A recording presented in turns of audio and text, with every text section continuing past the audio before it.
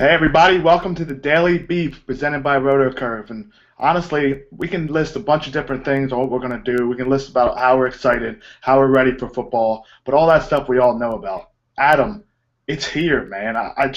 We're talking about football again in DFS, the preseason, all that kind of stuff. I'm just glad to finally look at you, see that beautiful face of yours.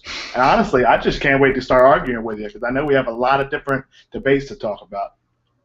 Yeah, I mean, it would have been cooler if we could have started it with just you being a Warriors fan because of what I'm wearing. That would have been like the ideal start. But no, All I'm right, well. I'm super excited for football. Got a nice preview on Thursday night. That was a super fun game. So if that's any indication, this should be a really good season. Yeah, it was a lot of fun last night. Unfortunately, Cam Newton might have gotten hit in the head probably 400 times in one game, but that's a topic for another day. This is the Daily Beef. We're going to be bringing you this all throughout football season. We're going to be discussing quarterbacks, wide receivers, running backs, all kinds of stuff this year. And it's going to have a feisty atmosphere. I know I myself like to debate. I've had plenty of debates with Adam, plenty of debates with many other people, so this will be a fun show. But before we jump into today's first topic, we want to thank Rosters.com for sponsoring the Daily Beef. It's a great new daily fantasy site. I highly suggest you guys going over there to check it out. And honestly, if you go over there right now and use promo code CURVE at Rosters.com, you'll get an instant $20 bonus. Instant. That's not slow drip. That's not 4 cents for every dollar you play. That's instantly. You deposit $10, you get 30 in your account. Now, also, you guys really need to pay attention to this because for week one, it means there's promos everywhere. At RotoCurve, we have a money-back guarantee, which is a $1,000 GPP going this week at Rosters.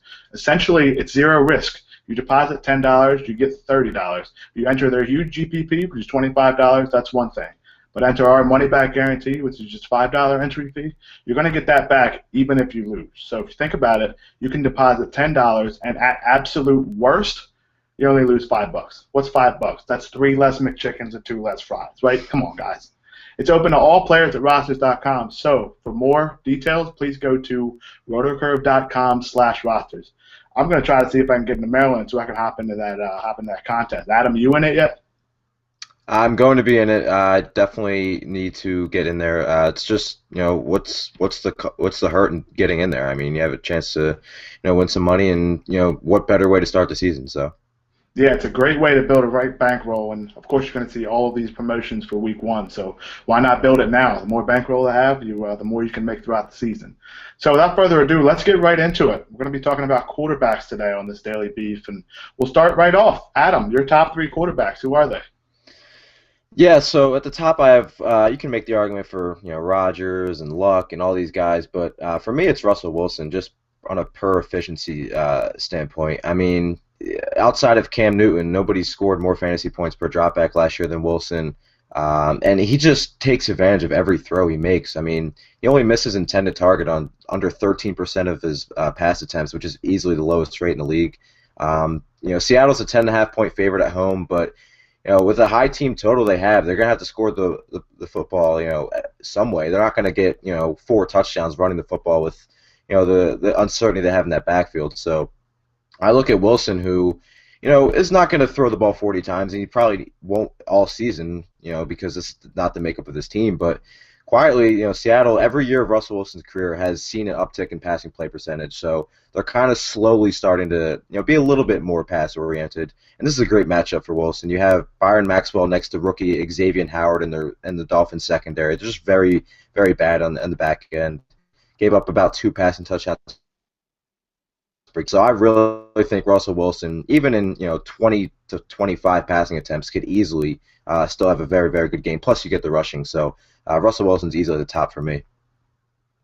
Yeah, I'm with you. I think Yeah. that the one thing with Wilson, like you said, the passing attempts keep going up. I mean, every year we looked at it, we saw 2 years ago it was about 370 last year, or 2 years before that was, a year after that rather, it was about 400, 450 last year.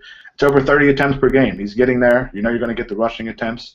He ran for over 500 yards last year, of course. And the one thing about Russell Wilson is when you have him on the field, you can't just score fantasy points through the air. He's going to get you those things on the ground. Only 1 rushing touchdown last year, but I believe he had 6 the year before that. So you have plenty of ways to score fantasy points, and I'm with you. He's my number 1 guy this week as well.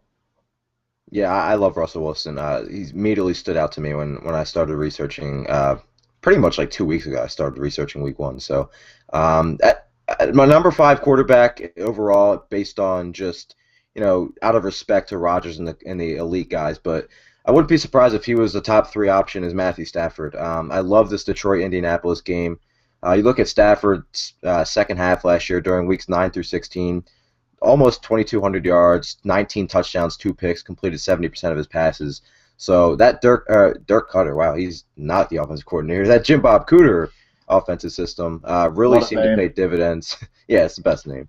But I just love this matchup. I love the weapons. Even without Calvin Johnson, I think it could actually help Stafford because he doesn't have to focus in on just looking at Calvin Johnson. So you have Marvin Jones, you have Golden Tate, you have Eric Ebron, you have some good pass catching backs. And the Colts are just bad on defense. They don't have Vontae Davis, probably their best defensive player. They lost Jarrell Freeman in free agency. You have a 50-point total. You have the Lions, who Stafford's going to throw the ball a lot. And this Colts defense was bad last year. Opponents scored on about 63% of their red zone scoring attempts against the Colts last year, which is the fifth highest number in the NFL. So I think Stafford could easily throw 3 touchdowns in this game, and that's what we're looking for. I think this is where we're going to disagree, man. I don't know. The one thing about Stafford, like you said last year, he's very good the second half of the season. I believe you said he had 32 touchdowns last year, right, as a whole, which is an excellent number. That's 2 a game. But the thing with Stafford, 87 career games that he played with Calvin Johnson, he averaged 22.3 fantasy points per game. That's excellent. Without him, though, 6 fantasy points per game less. That's 50 yards and a touchdown difference. For me, I'm not exactly sure I can take that risk at his price. Now, the one thing about this week is you're going to get a 13-game slate without the Thursday games if you're playing on Sunday. And, of course, you get that extra day. So I think with all of the pricing options this week, you have a couple guys that are a little bit more expensive, and, of course, the real cheap guys, which we'll talk about.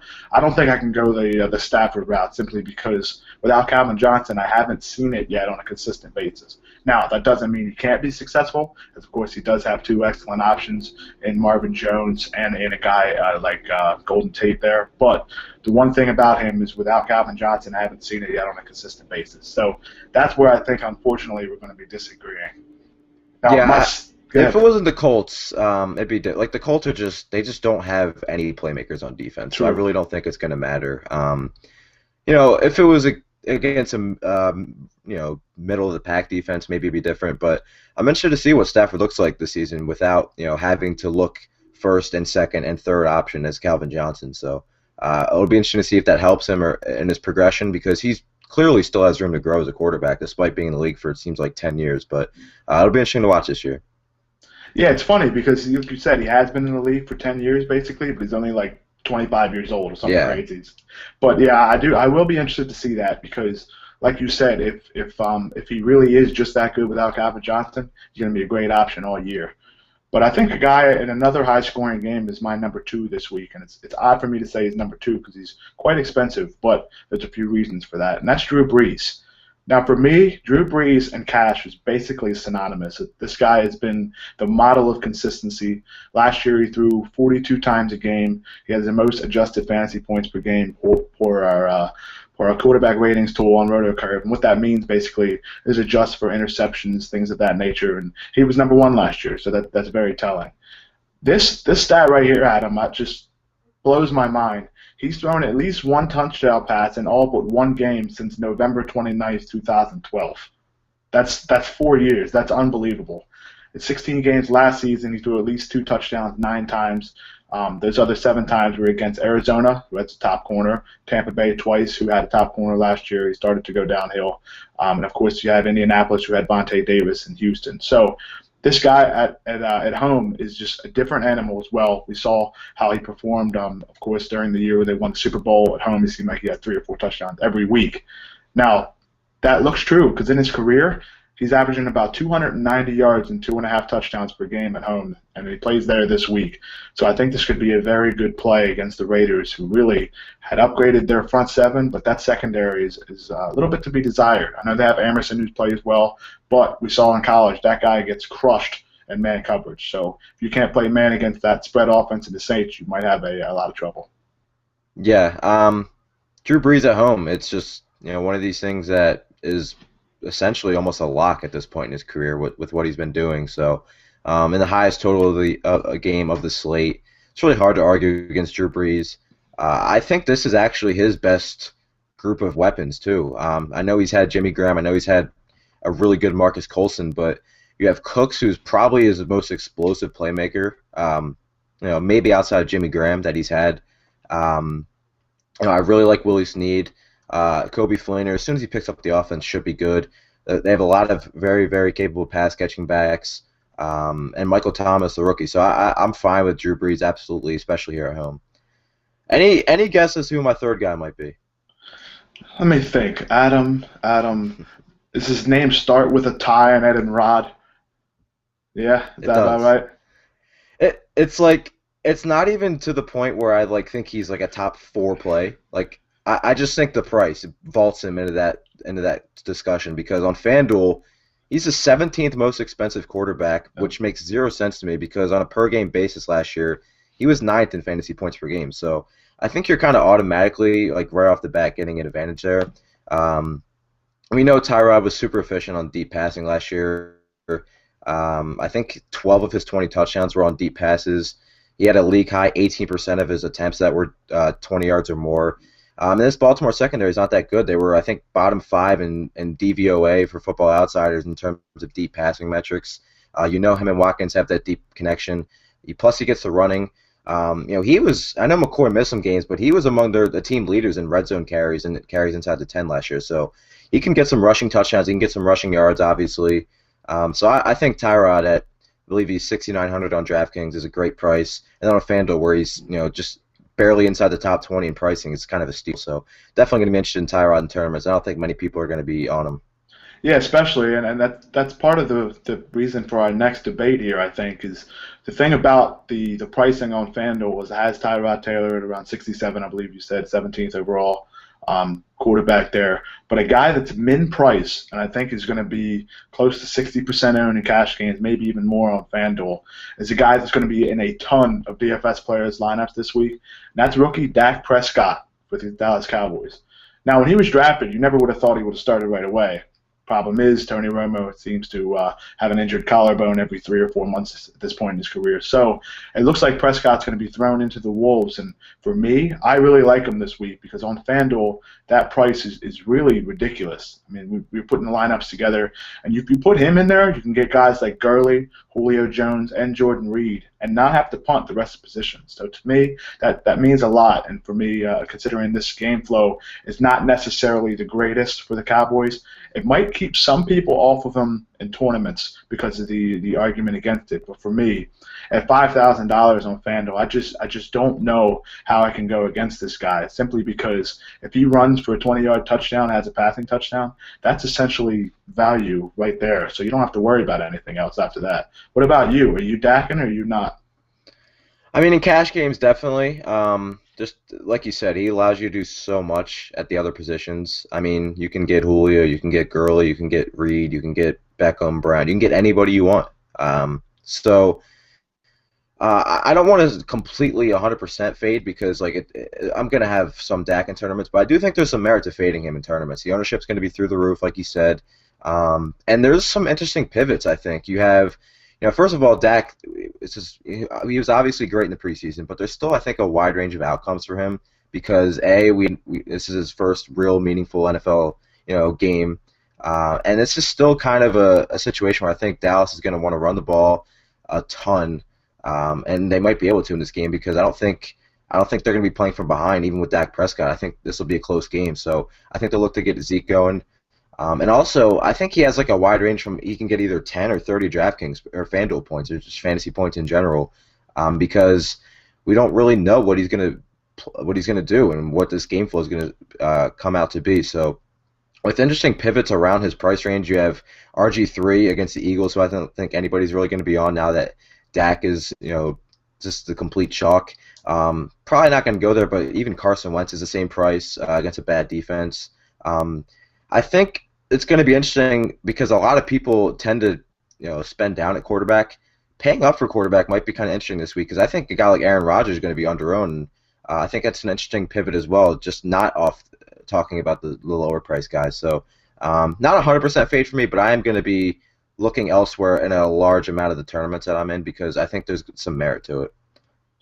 Yeah, the one thing about Dak, I think, looking back at him, is of course you say that if you can pay up for guys like Rodgers, it will be contrarian, and it will be. That's absolutely for sure. But the way I look at it in tournaments is, like you said, between 10 and 30 fantasy points is his range of outcomes, and I do believe in that. But for me, even if he gets 12 to 15, I'm safe for that cash game, especially Right. with ownership.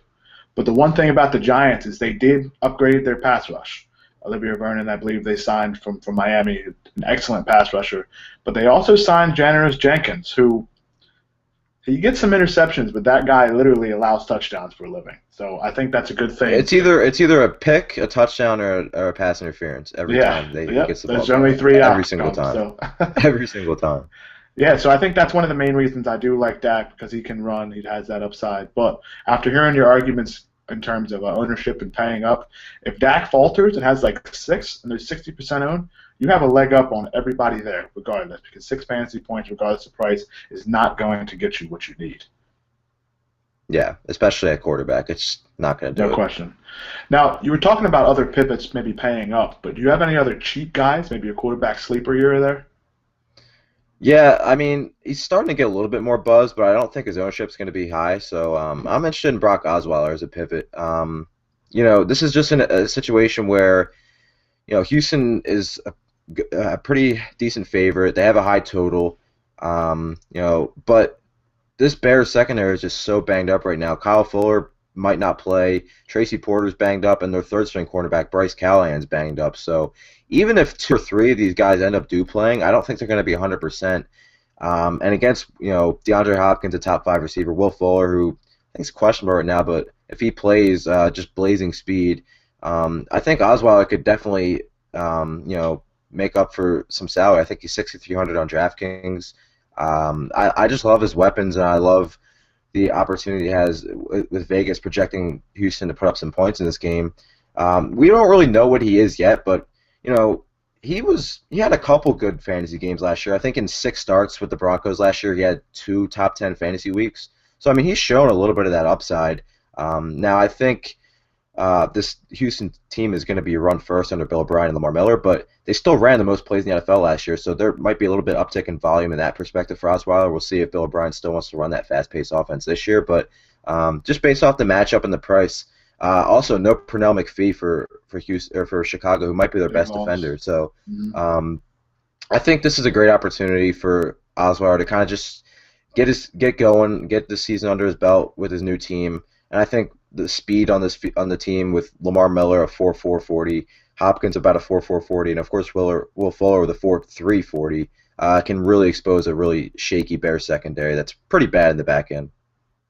It's an interesting point because you mentioned Kyle Fuller there, and even if he does play, he has not been the same corner as he was in college. I think he hurt his wrist his rookie year. It's unfortunate because those first 6 or 7 games, he was looking on his way to be one of the top corners in the NFC, but it's just not exactly how his career has turned out to this point. So it's not like he has an easy task, even if he is healthy. DeAndre Hopkins is one of the best in football. So Osweiler is an interesting play there because Nuke's going to get his, Fuller's probably going to get his, and they can't get anything without Osweiler throwing him the ball, right? So it's a good way to think about it. But for me, I have another sleeper, and he's not necessarily very cheap, but I think he's going to be very, very low owned, and that's Blake Bortles, the Jacksonville Jaguars.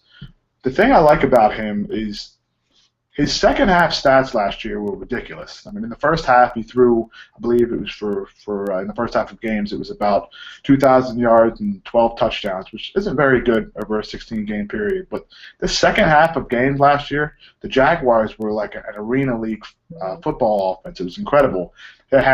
I think he had 23 touchdowns, 2,400 yards, just 9 interceptions. Now, if you watch some of the Jaguars games last year, you did see that they were down a lot and they were coming back from behind. But in fantasy and in DFS, that doesn't matter. If he gets fantasy points, he gets fantasy points. So against Green Bay, who could put up a big lead early, I really think that Blake Bortles could be an interesting play because he does throw the ball a lot. And in DFS, if you get volume, that's an excellent way to start your lineup. So for me, under 5% owned, considering the prices of Derek Carr, Drew Brees, Matt Stafford, and similar price ranges depending on what site you're playing, I like a guy like Bortles with upside at just 5% owned.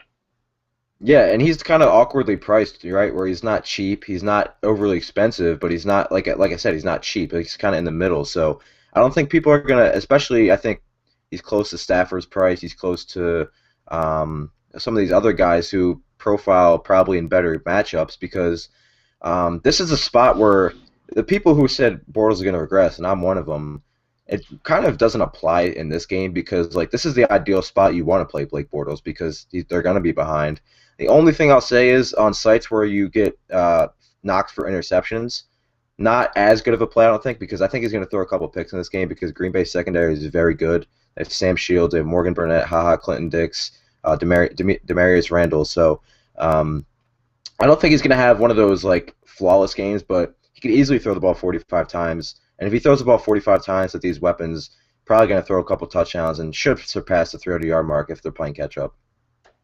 Yeah, Greg, exactly. That's why I agree there because I think that one of the things with DFS and when you're looking at quarterback, not everybody has to be contrarian, but if you are going that route, a guy with a lot of volume is definitely somebody you want to talk about. Now, I think if we have anything else, do you have anybody else to add for quarterbacks? I think we touched on a lot of stuff today.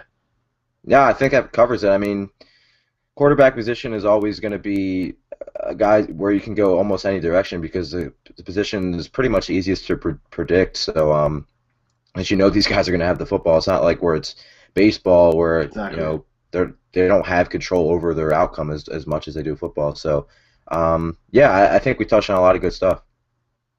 Yeah, that pretty much brings us to the end of this edition of Daily Beef for quarterbacks. Now, one more time, I want to mention that promo that we have running. I don't suggest not being in it. This is one of these promos that has a little risk, and as close you can get to free money, I don't recommend staying away from it because, as we talked about in the beginning, it's one of those things where you can build your bankroll, and in an NFL season, that's a great thing to do. So be sure to head over to rotocurve.com/rosters. You will be able to see the promo we have up there, which includes a $5 entry into a $1,000 GPP, and at minimum, you get your money back. If not, you're going to make a lot of money, and that's exactly what we're trying to do this week.